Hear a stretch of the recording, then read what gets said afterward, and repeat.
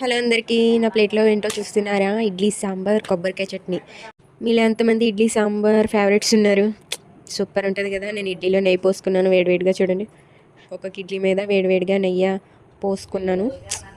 Super ఉంటుంది. ఇడ్లీలో నెయ్యి పోసుకొని తింటే చాలా టేస్టీగా ఉంటుంది.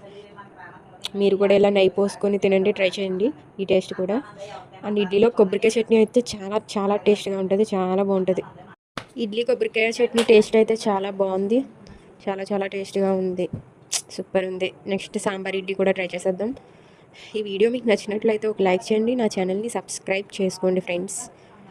అండ్ సాంబార్ ఇడ్లీ కూడా టేస్ట్ చేసేస్తున్నాను. సాంబార్ ఇడ్లీ సూపర్ ఉంటుంది. ఇది కూడా ఈ కాంబినేషన్ చాలా బాగుంటుంది. వావ్, సాంబార్ ఇడ్లీ కూడా సూపర్ టేస్టీగా ఉంది, యమ్మీగా ఉంది, చాలా బాగుంది. మీరు కూడా ట్రై చేయండి ఫ్రెండ్స్. సూపర్ ఉంది. బాయ్ అందరికీ.